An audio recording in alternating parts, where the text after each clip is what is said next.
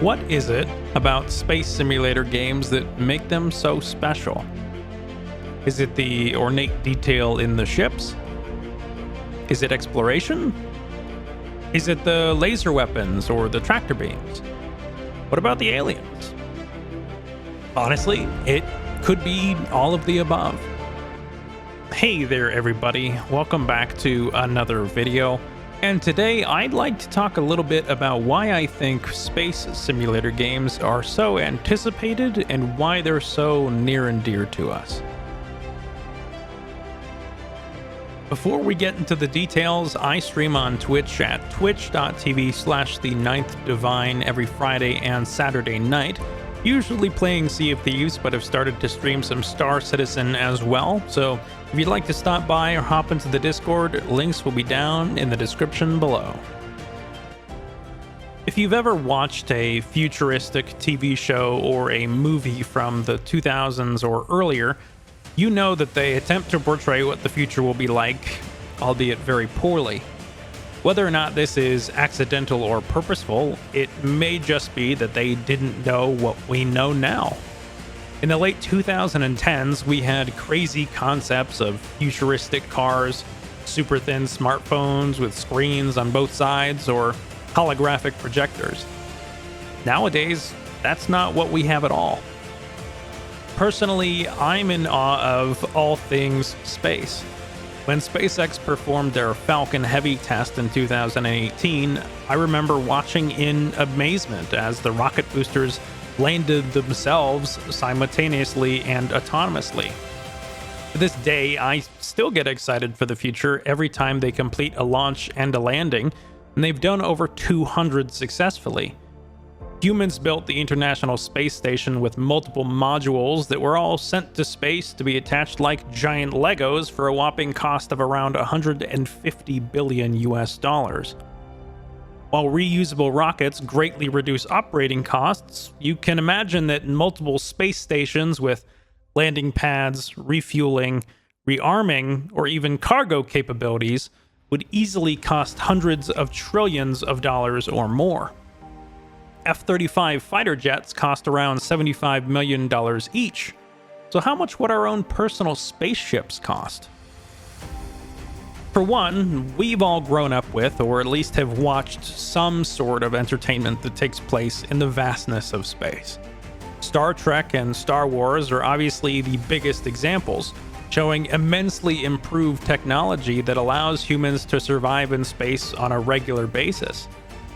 There's absolutely a wow factor and a fascination with space and the unknown of what's all around our known universe, as humans, especially children, have a natural sense of curiosity and wonder. We may live on a giant space rock in our massive universe, but it's still estimated that there are over 200 billion galaxies in it. There's an exponential amount of possibilities for other life, Earth-like planets, or planets that could sustain human life.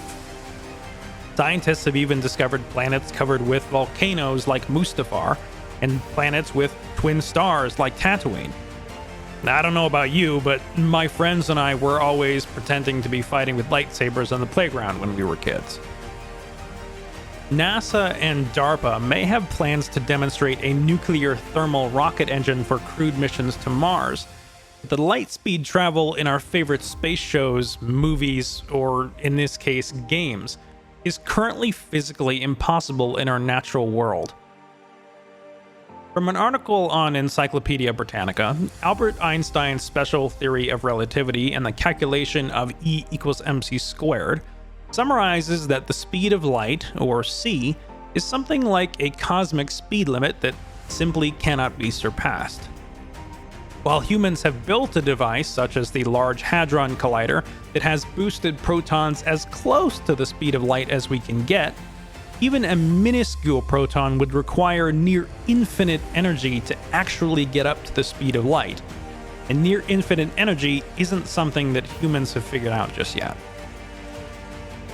Cryogenics and cryosleep are certainly real on a microbial level, but no technology that humans currently have will allow us to survive hundreds or thousands of years in the future to see this technology come to fruition. Not only that, but humans face another unstoppable enemy that will eventually shuffle off our mortal coil. That's age. Unfortunately, I believe a very real reason behind our admiration for space sims is the fact that most of the current generation and some future generations might be buried long before any of what we've grown up with becomes a reality. Even though my opinion is that we'll be buried long before a life out in space becomes real for everyday humans, it's not to sound morbid. Technology is absolutely advancing at an extremely fast pace, so we may be building towards astronauts living on Mars like the book and the movie The Martian, but our own personal spaceships and massive space truck stops are more than likely far off into the future. In the space life we see in our entertainment, currency has evolved beyond the usual dollar or the money in the bank. Instead, most currency among future civilizations has changed to credits or units. Star Wars has the Republic credit, which later became the Imperial credit and the New Republic credit. Star Trek has Federation credits, and so on and so forth. In our games, credits are very clearly worth much more than regular currency. The simplest missions can yield a player thousands of credits, and making money is always bound to yield us some dopamine. A feeling of completion of an extremely difficult mission that may have been critical to the fate of the human race, for example, is absolutely something to make you proud of. Plus, who doesn't like money? Most space sims take place hundreds or even thousands of years in the future. Elite Dangerous is set to take place in the year 3300. No Man's Sky takes place in our universe, but an entire millennia after our era and after humans leave Earth. Star Citizen is set 930 years in the future, and the upcoming Bethesda release Starfield is set around the year 2310. Each has extraordinarily advanced ships, modules with weapons and shields, and engines or quantum drives that allow travel from one system of planets to another. But we can't visit them in the real world. So, as the curious beings that we are, we turn to the video games where we can. In games, we can fight against alien races or alliance with others to save the human race. We can go mining for exotic gems or hunt down dangerous criminals as a career, or to make ourselves richer to buy better ships or weapons.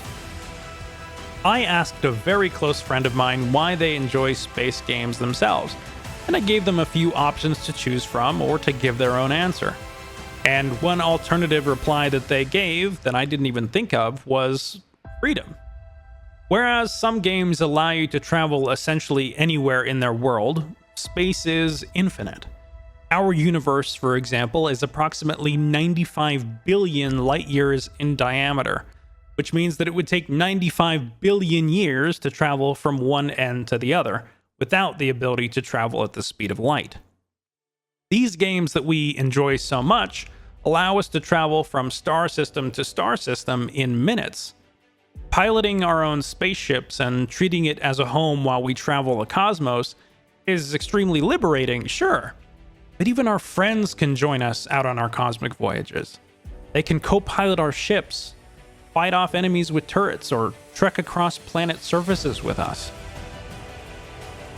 Any game can be an escape from real life, but space sims are an escape from Earth itself.